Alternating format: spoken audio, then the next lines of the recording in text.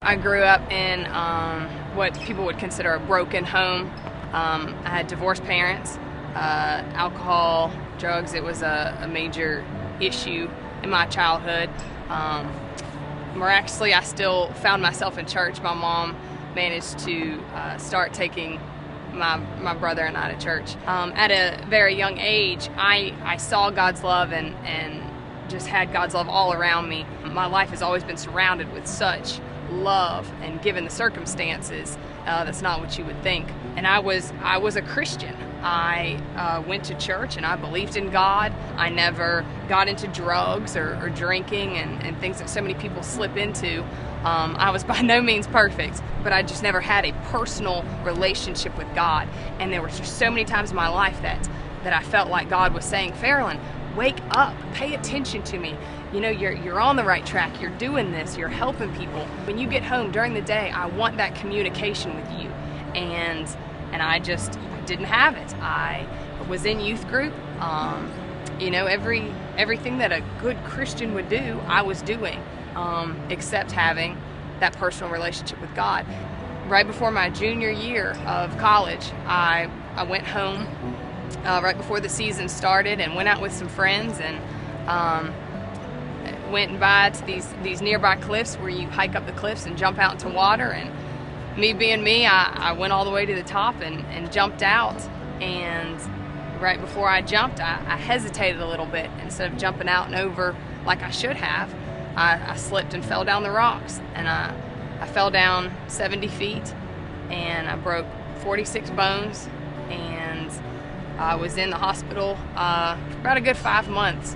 And you have nothing to do. You're laying there, and every body part you have is in a cast. And it was finally then that God said, now will you pay attention to me? Will you listen to me?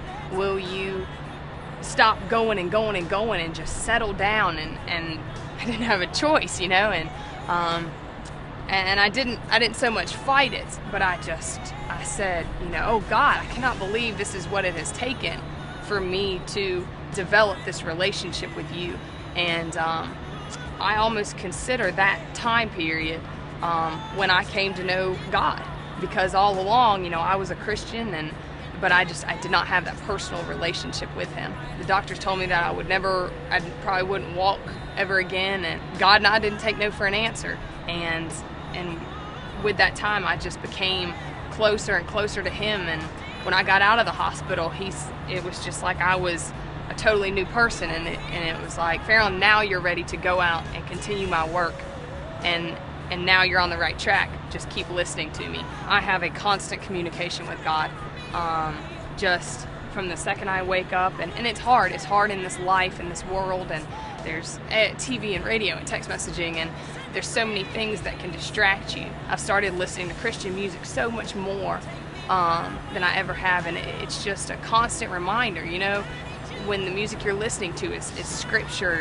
and things that help you, and trials and tribulations that people are going through, you know, it's a constant reminder. I would never wish anybody to fall off a cliff, but I think it's of that magnitude. I think your personal relationship with God should be established first. You know, you just need to find it, because I don't think there's anything more important than life than that. And when melodies are gone and you are here,